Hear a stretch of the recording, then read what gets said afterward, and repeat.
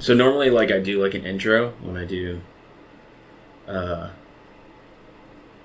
like, Zoom calls, but I don't really do that in person. Okay. But I suppose I should introduce who you are.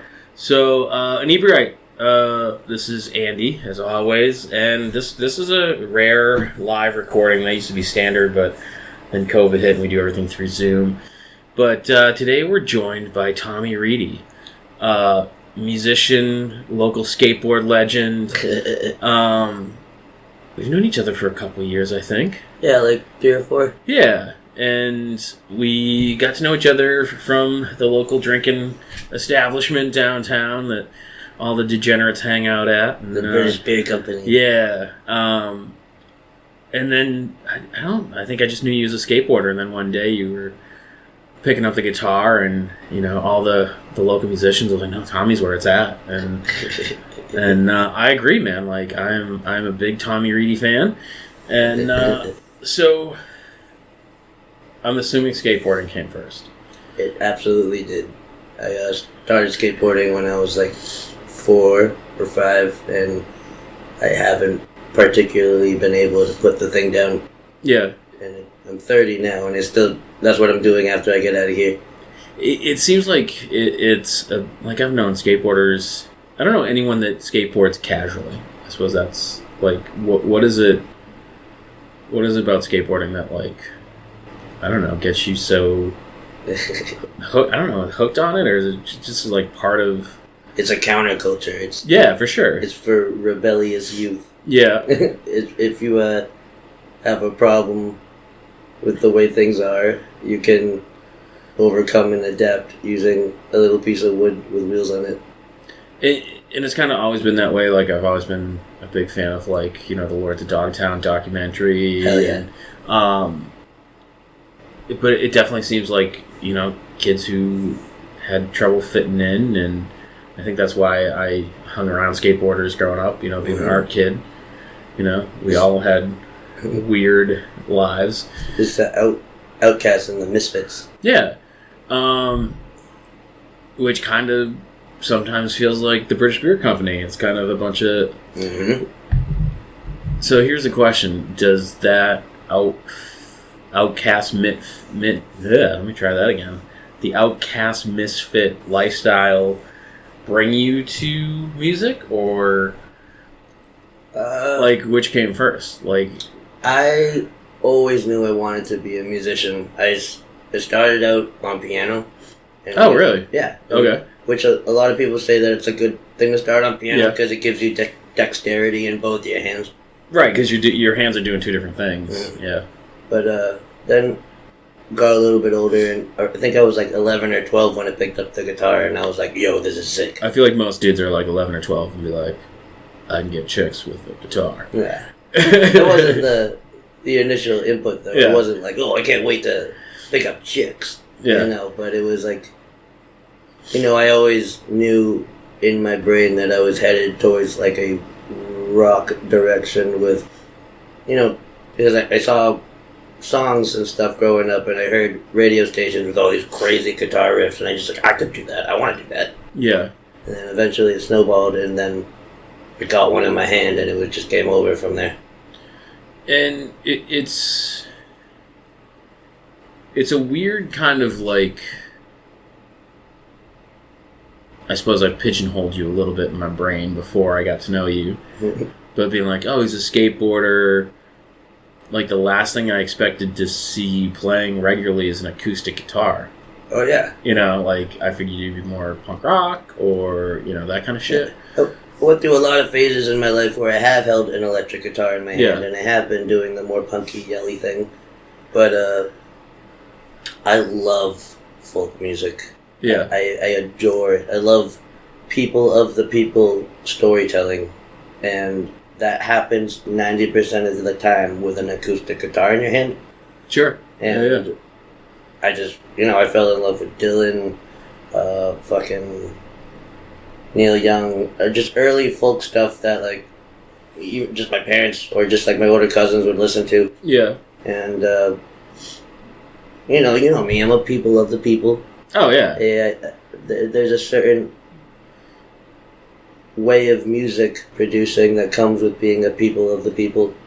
Like when you are a product of the environment, and your environment, it's like there's that kid. He's one of us. He represents us. Yeah. Yeah. Yeah. It's that kind of like skateboarders, locals only. I have locals only tatted on my ass. So it doesn't get any more local than me. Yeah. Yeah, and it's that kind of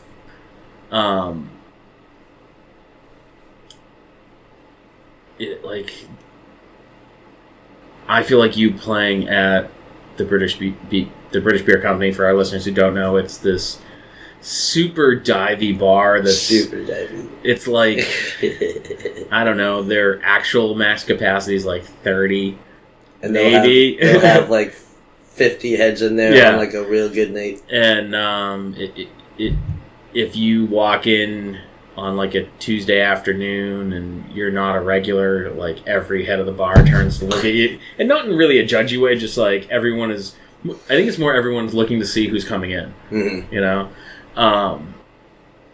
But yeah, it's just a very local, local guy bar, and it's to me like that's not saying that you couldn't play other places, but like I feel like that's where you belong. Absolutely. Yeah. I don't enjoy sitting in Main Street. I don't enjoy having a alpha energy ridden male get puff his chest out when I looked in the direction of his girlfriend for more than 4 seconds. Yeah. I want to have semi-intelligent conversation with my dumb friends over cheap beer. That's literally every day at BBC. Yeah, for sure. Yeah. And it's... When was the first time that you played out? Because it's fairly recent. At the BBC. Yeah. But I've always wanted to be a local musician on the downtown strip. I grew up, skateboarding around, listening to all the live music. Yeah. And then Jeff, who plays on Thursday, he was one of my earliest inspirations for wanting to do that. Yeah. And just like me, sings with a rough voice. He likes playing acoustic guitar. I would always, not window shop, but like window show. When he would have a set, I'd be like, there's Jeff. Oh, I want to be like Jeff someday. And then Jeff, through one thing or another, heard that I played music. And he was the first person who put me on a bill back when Lux was around. Lux. It was this weird hookah bar that was right. Oh yeah. It's it's right next to like Gunther Tootie's. Yep. That kind of Gave me a chance, and that was one of the very first times I got on the downtown strip with my guitar, and I could show people like I can do this too. Yeah, he's one of the nicest guys and ever. You're never gonna see Jeff play and phone it in.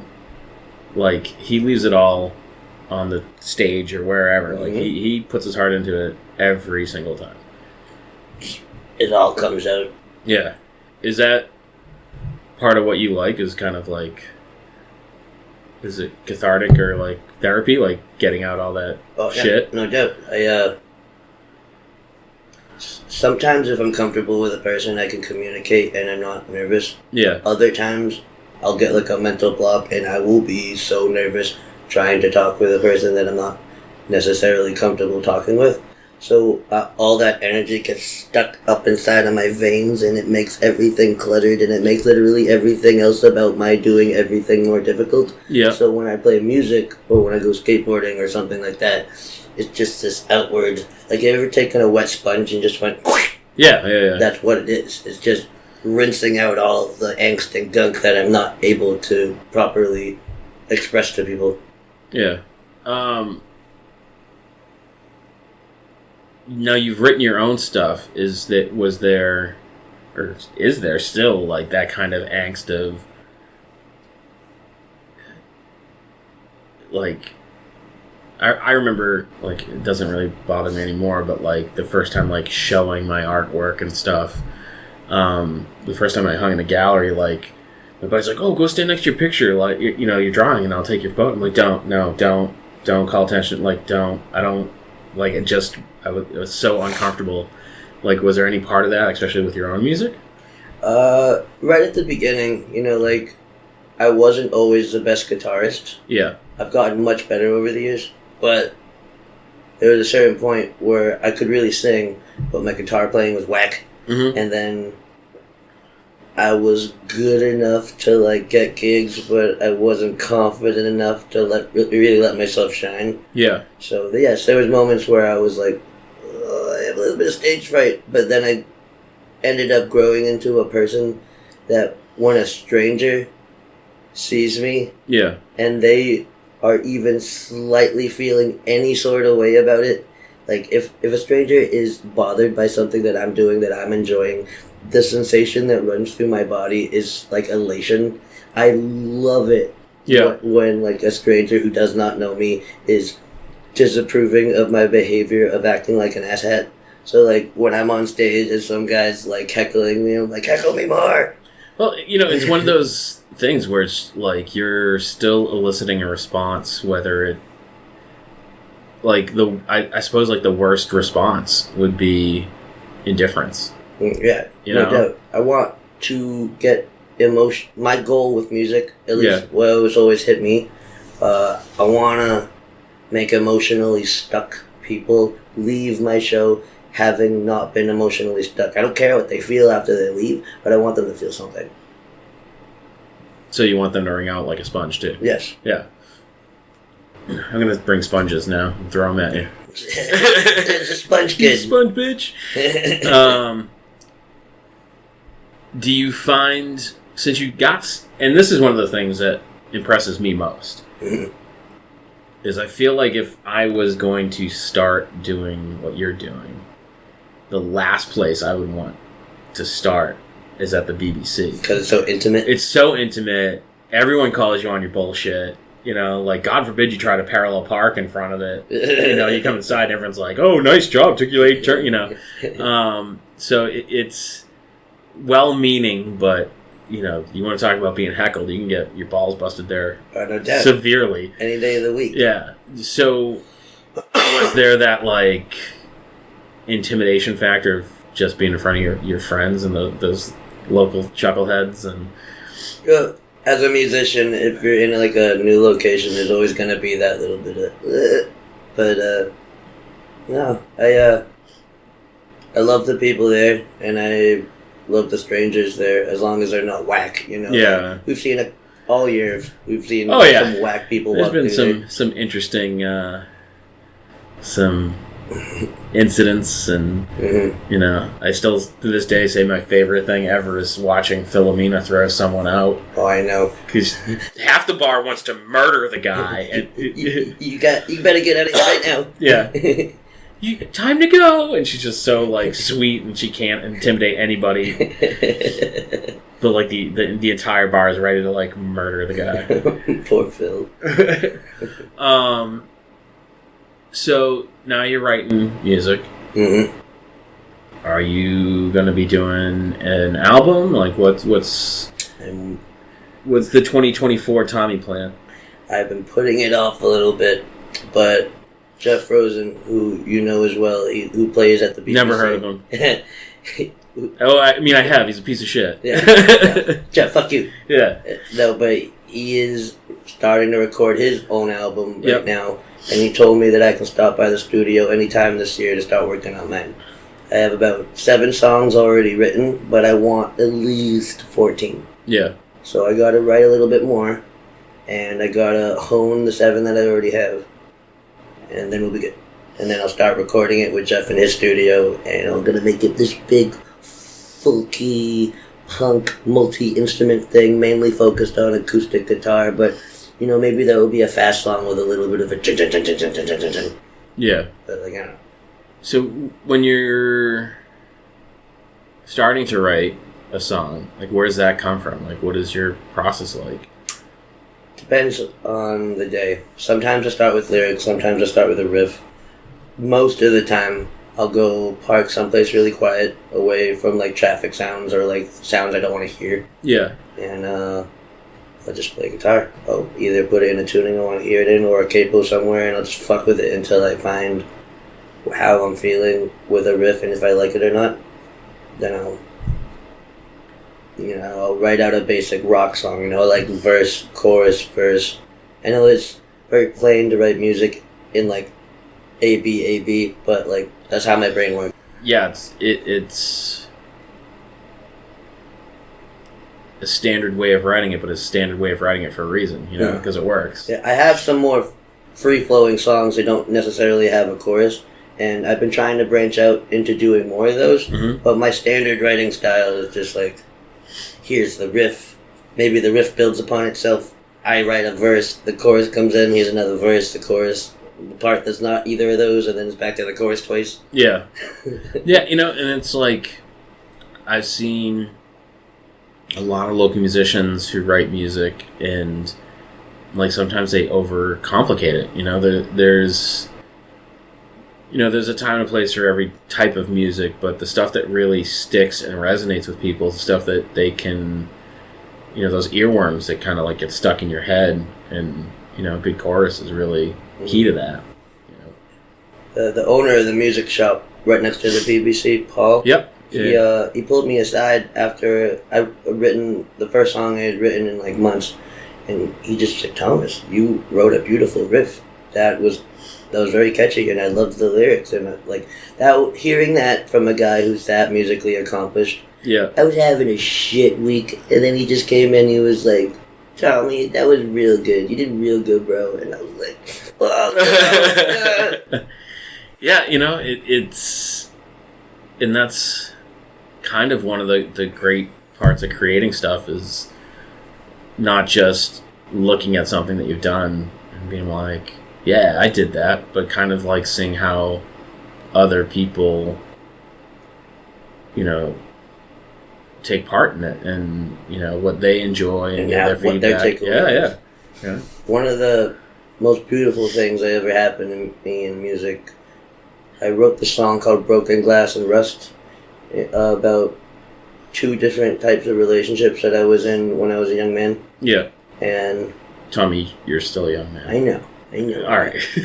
But don't be like playing the I'm old, I'm 30 bullshit. There was this girl who I went to school with, and I lost contact with her for a while, but she told me she went into rehab for some drug use. Yeah. And she told me she had very limited access to the internet at the time. Yeah. And she said that song, that music video that I made for it on YouTube, was one of the things that kept her brain on track to getting sober and being okay, and it was one of the few things that gave her hope during that hopeless period.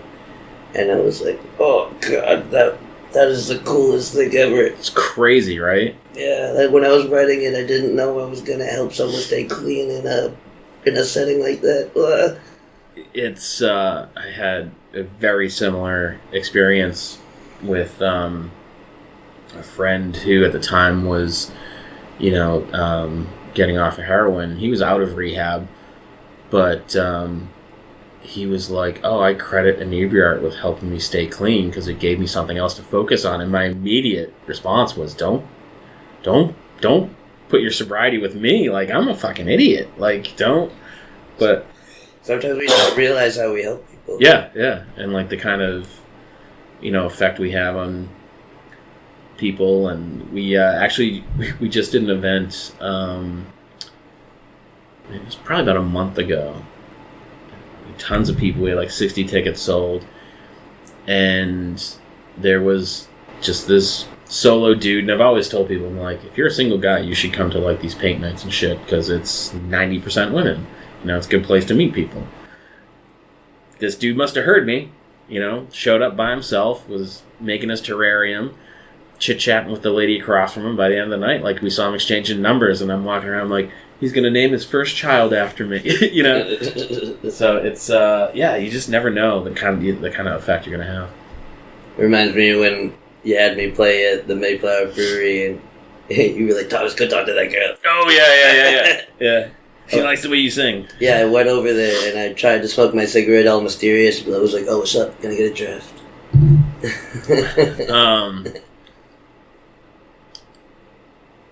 That was great. And I would say and I don't mean this to sound bad, I don't feel like your voice is for everybody. Like I've always said, you're kind of like a Tom Waitsy. It's a very rough, gritty sound when I really turn on the heat. And some people don't like that. They like a clean vocal, and that's fine. Yeah. It's not for everyone. I grew up on a bunch of rough vocals. Like all my older cousins listened to punk, and that's all they ever would let me throw on the radio when we were at hanging at the cottage. Yeah. And I myself just love rough sounding singers, and to be perfectly honest, I just mangled the inside of my throat in my early 20s with crazy drugs. Okay. And it on the other half of that tunnel, finally coming out of it, I no longer sounded like Pipsqueak Tommy. I just sounded like this. Yeah, but I mean, I think for that folk, you're that fine line between folk and punk, mm-hmm. And I think it really kind of fits the vibe of your music, whether that was intentional or not. It's one of those. Sometimes shit just happens out the way it's supposed to. Just be honest with yourself. I have a lot of youthful anger, angst, and rebellion still continually flowing through my veins. You're a sad boy. Yeah. But at the same time, I truthfully do care about people, and I care about their stories, and I think that's reflective in the way I like to write music. Yeah. I think that's one of the reasons why I've always been like that. Tommy is my guy. You're my dude, Andy. Because you are...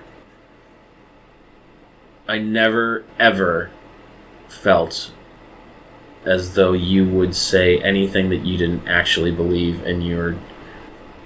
you want everyone you come into contact with to do well. You know? And it's just that super genuine, heartfelt that you're like, that's a good fucking dude right there. So it's and I think that kind of comes through in every part of what you do, And, I've been in that bar when these fucking kids come in and you're like, that kid's not old enough to drink here. And they're just 21, and they immediately come over and they kind of pay homage. That's Tommy. I know him from the skate park when I was little, it's, and then you're just you're so accepting and genuine with them that you're no, you're the fucking dude. And, well, yeah, man. Skateboard culture is like that. It definitely has an unintentional older brother effect. I was that kid to older skateboarders when I was their age. I'm oh, that's Chris Bosch from the North Shore. He comes down here sometimes. Yeah. But, when you have a culture like skateboarding and all the kids feel displaced, if there's, at least one kid who really looks them in the eye and gives a shit, yeah, you're going to grow up idolizing that kid. Yeah. And then when you grow up, suddenly, you're I'm very similar to that man who inspired me as a young one, because I'm the same way with all the older skateboarders that I thought about. I dress the same as they all did. Yeah. and it's something about not being patronizing, to... Kids can smell bullshit a mile away, yeah. No, if you treat them like a person because they are people. Just because they're younger than you doesn't mean they don't pick up on things. Yeah, and respect their opinions, and do you see similarities in the music world? Because you've already brought up Jeff and Jeff, mm-hmm. Who very much, I think, in this community have that kind of vibe of inspiring other musicians and helping, and fucking Rosen's always hey, come by the studio anytime, and if you want to record a podcast here, and just so open. Does that kind of reflect that skateboard mentality? It does. Especially in the same little pocket of music genre that me and both of the Jeffs exist in. Yeah. The more punky rock side of music it's for the people. It's for your village, the people you are around. Yeah. And, you just bear who you are to them, and you set an example. Kids will never want to pick up a guitar and write music unless they see someone who they respect to do it. Yep. And I've had multiple younger musicians and skateboarders come up to me and be like, Tommy, like, I've seen you just bear it all with your skateboard or your guitar, and like you've inspired me to try it, and like that brightens the fuck out of my day. Yeah. Do you ever worry about like an injury that would fuck up your guitar playing? All the time. Yeah. I'm by occupation, I am a iron worker and a carpenter 5 days a week, so I was just thinking about skateboarding because I feel like you could break your hand real easy. I'm more worried about injuring myself at work than I am at skateboarding. Oh, right. I can skateboard in a straight line better than I can walk in a straight line. There is a more percentile chance that I will fall down if I am walking in that straight line. Okay.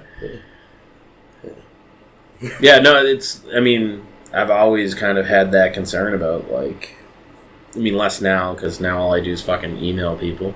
But, you know, that idea of, like, you know, if I lose a finger, or, you know, just do something, like, you could...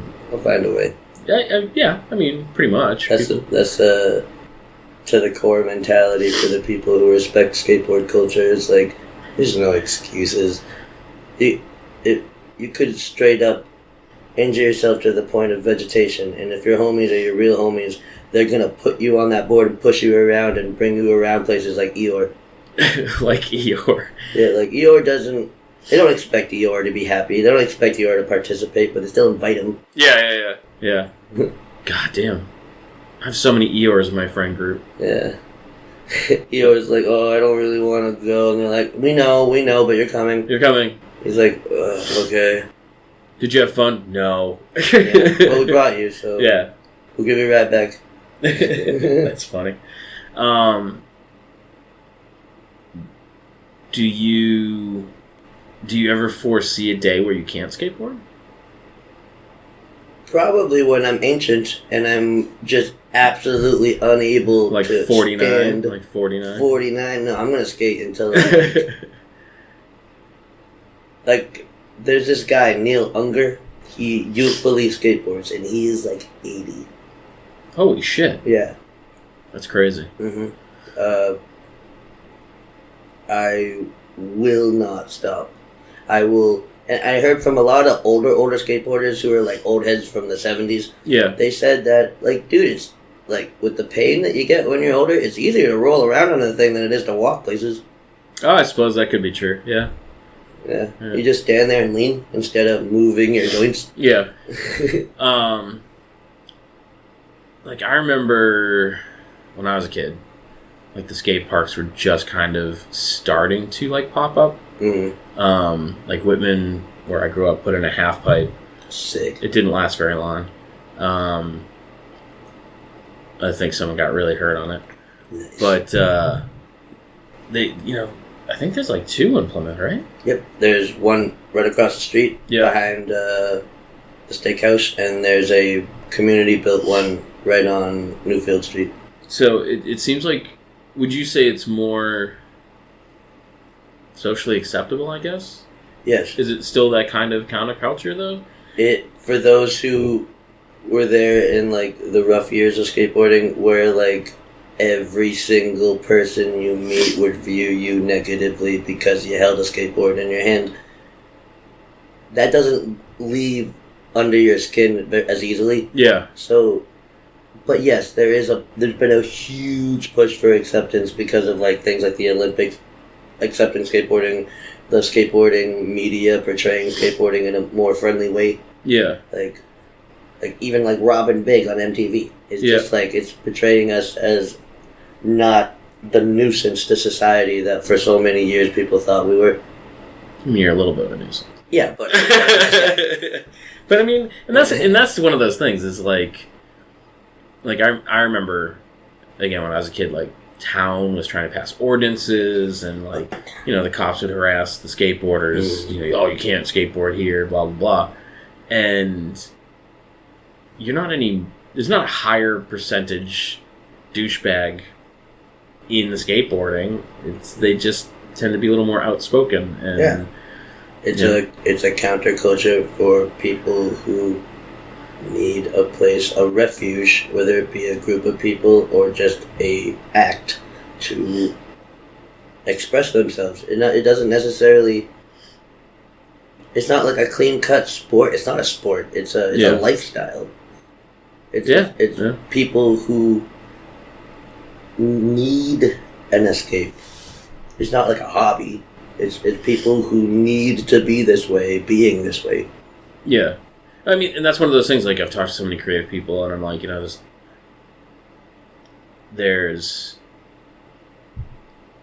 I've met a few creative people who are like, oh, I should be making more money at this. I should be making more money at this. I'm like, you're doing it wrong.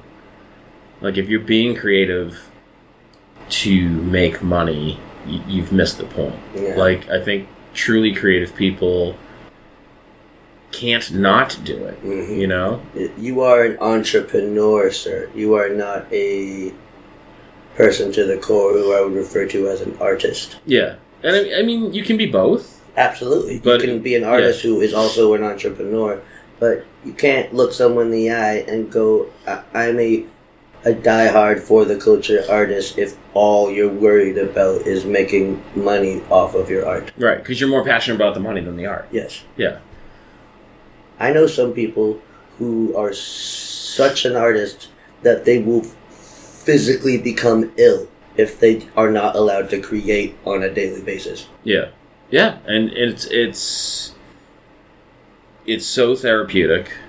And that's one of the underlying things. We're like almost 400 episodes into this thing that I have spoken to so many people, and it's, you know, mental health and addiction and all these life problems. And it's always been did the darkness in you cause you to be creative as a way of coping with it? Or being creative, does that cause that kind of weird antisocial dark, like, you know, like, which came first, the chicken or the egg? The shadow people talking to me when I can't sleep at night is why I write music. Do you have what was it? Shit, I had an illustrator on. We talked about this.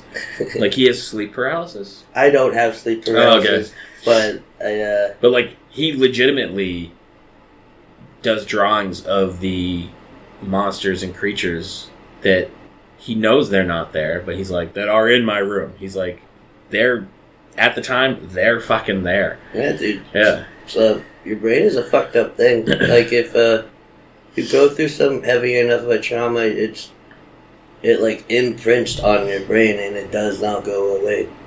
And like, that can, especially if it happens in like a younger, more formative setting, like when you're 30. Yeah, well, I mean, I have shit going on now, but it's definitely not like it's more. You know, it'll mold you into who you are if you go through like some fucked up thing when you're real young and then you still haven't dealt with it until you're 30. Yeah. Yeah. So what I've done, because I can't afford therapy, a therapist, because I tried it and I was sick of paying $50 a week. Shit's expensive. It is. Yeah. But I've chosen music and skateboarding and my awful other third choice, which is just blatant drinking and drug use. But, you know, I'm approaching that point of maturity where I'm realizing that third option is not always going to be the best one. Yeah. So this year I've fallen back a little bit and focused more on skateboarding and music, and it has been one of the best choices I've made in a while. And that's one of those things that it's that comes with experience. There's always been, you know, my father was an alcoholic. I probably would be considered alcoholic just for the sheer amount I drink. Although it's less than people think. It really is. But it might be more than people think. I don't know. I got pulled over the other day. Okay. Right? For an inspired inspection sticker. Okay. And every person I told was like, oh my god, did you get a DUI? I'm like, no, I wasn't drinking. Like, I was on the way home from work. Like, why do you automatically assume I was getting... Like, I don't drink constantly. Because it's Plymouth, Massachusetts. Yeah, well, it's just one of those... I work at bars, brews, and restaurants, and I'm always at a brewery. So, like, I kind of get it. And, I enjoy drinking, Same. But I will tend to... If I'm in a really bad place, like I struggle with depression and self-esteem issues, then I won't drink. Because I'm like, that's just worse. It's a recipe for disaster. Yeah, that just makes really bad decisions. And sometimes it kind of sneaks up on you, and you're like, fuck, that was not the right way to do it. But, I'd rather have drinks with friends when I'm happy than being, like, super depressed, hating myself, getting shit-faced. That's not worth it. It's not. Me and my buddies, we all collectively have this bad habit of we'd rather hear the noises of other people than hear our loud brains by ourselves. But we also don't care if someone sees us upset. So we do this cool collective thing, and you've seen it every single day, where if we're all pissed off, we just sit there and not talk to each other and just drink. Kind of like King of the Hill. Yeah. Every couple of seconds, yep. Yeah, and it's that you're referring to what is affectionately known as the succulents. The Succulent Boys. Which, you want to explain how that fucking came about? Me and Money Hose and Benny Boy and Brandon, these are all my drinking buddies. And they are actually my friends. But yeah. Jack noticed and Sarah noticed that we always come in there and we're just, we're rowdy boys. And one day... There are literally sometimes where I'm like, they have fucking homes, right? Yeah. Like, they're here when I leave, they're here when I come back. Like, but one day Money Hose kept saying the word succulent just to describe things. Yeah. And then I think it was Sarah or Jack, they were like, you guys are the Succulent Boys. And then we were like, yo... Succulent Boys, and then like it just kind of sprouted from that. Yeah. And then Sarah made us stickers that say the Succulent Boys, and it just became official. Yeah. But I mean, like that's that great kind of camaraderie. Misery loves company. Yeah. Because they're good dudes. They're not always happy. They have their struggles. But and you're right. There's those days when I think that's one of the great things about the BBC is you can go in there and be having a great day, and people come over and be like, "Hey, what's going on?" And then like within 5 minutes, they're like, "All right, I'm gonna go over here and talk to someone else because you're not in a chit-chatty mood." Yes. It has a great way of kind of people know what's going on. It's people respect the feng shui in the room. Yeah. You go to Maine's. So you'd be like, oh, cheer up, bud, slap you on the back and be like, here, buy this guy a shot. And, like, someone does that at the BBC, they're like, can you please leave me alone? I've had a really rough day and I just want to drink and be by myself. Yeah. And you don't even have to give that explanation at the BBC. People can just kind of pick that up there. It's such an intimate place. There's not a lot of distractions. Yeah. Yeah, and it is... Yeah, I don't... That's probably the best way to describe it. It's just a very cozy... place that gets out of hand once in a while. Yeah. A couple of bar fights this year. Ain't nothing. Oh, I don't think I've been there for a bar fight ever. I've been there for 5. 5? 5. Holy shit. This year? Yep. I was in all 5 of them. You were in all 5 of them? Yep. There was one on a Naked Tuesday where it was block-to-block chaos, and I was choking out some huge guy, and his friends just started kicking me. So Jeff from Naked Tuesday ran out and tackled like 3 of the guys off of me. Holy shit. How'd that start? Penny Boy was getting swung on by some dude. I ran outside, punched a dude. Some dude punched me. Money Hose got punched. Vontae runs out. Vontae gets immediately muffed in the face, takes it on the cheek like a champ, and then just turns into a demon. The whole block just pops off from like the back of Speedwell to the beginning of Paul's Music Shop. And everyone ran out, like Jack's a fiance ran out. Yeah. It was just chaos for like a good 3 minutes. That's insane. Yeah, and then everyone just kind of like, all right, we're all hooligans. We're all tough boys. Yeah. Everyone chill. Why did this start again? Yeah. That's crazy. No, I've never been there for a fight. Yeah. Jesus. Jeff Rosen is like one of the nicest, sweetest human beings. He is, and he's a but big I guy. would never, ever want him to swing at me in anger. And he's because he holds it in all the time. Yeah. He's so really nice. People like that who you can tell that there's like another compartment in their brain. It's that darkness that I was just talking about. Yeah. They take all that anger that should be surfacing all the time, and they're like, I'm going to put that right here. I'm going to save it. Yeah. So when I need it, I'm like, Roar! But he's a monster. Like, he's a big dude. Yeah. Wow. All right. I'm not going to call him a pussy anytime soon. That's not true. I will. So you have stuff up on your Facebook. Do you have music up on like Spotify? Are you doing that? I have a couple of things on SoundCloud, yeah. And I have like a music video on YouTube from forever ago. But I don't have a lot of seriously recorded music. I've recorded in the studio once or twice in my life for like 2 or 3 songs, but I don't have like a Spotify page or like an Apple Music thing. Yeah. I will soon. And this, I told you, like I said earlier this year, this is the year where I'm going to put all my all into getting my album out. I'm not telling you what to do, but you may not be aware of this being as old as you are, but like TikTok is like a big thing right now. Oh, you were saying this the other week.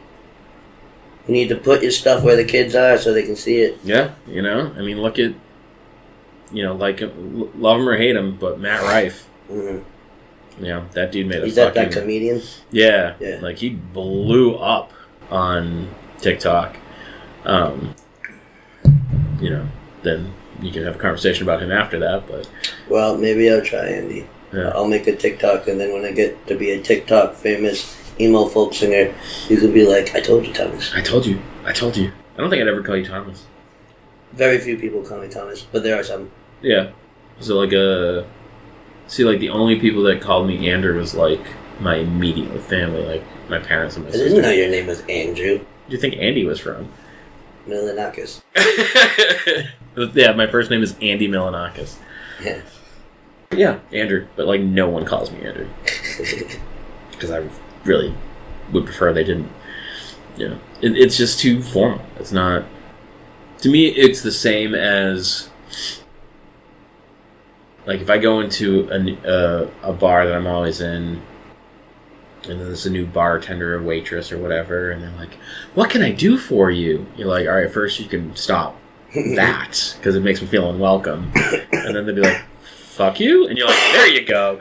So, like, calling me Andrew feels the same. It feels disingenuous, Because to me, you're Tommy, not Thomas. Thanks, Andy. Yeah. I appreciate that. But we're getting close to wrapping up so Tommy can go skateboarding. Yes. Where are you going? Locally? 40 feet that 40 feet that way? Okay. To the other skate park. Yeah. Is that your go-to? Like, what's on Sundays. Yeah. It's where all the boys who I skate with meet up. Jeremy's right there waiting for me right now. Jeremy. My black friend with the dreads. Oh, yeah. I see him downtown all the time. Yeah. What's, like, the best local skate park? Like, is there, like... Some people are gonna crucify me for saying it, but... That's okay. We don't mind you being controversial. In Plymouth, it's probably Plymside, because normal Plym Park becomes a daycare. In greater Massachusetts, I'm a transition skateboarder, which means I like to skate ramps and stuff more so than street obstacles. Okay. However, that doesn't mean I can't. But my favorite bowl in all of New England to skateboard in is Sandwich. Okay. Sandwich Skate Park has the perfect bowl. But it's a daycare 90% of the day.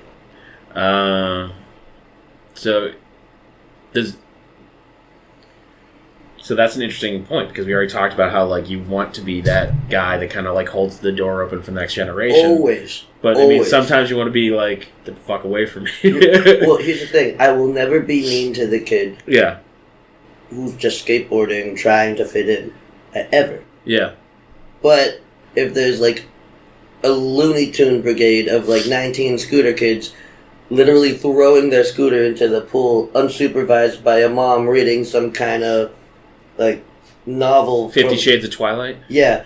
Oh, no, you're a Twilight guy. I am a Twilight guy. That's right. Put respect on Twilight, Sam, Randy. I can shit on Twilight all I want. It's my show.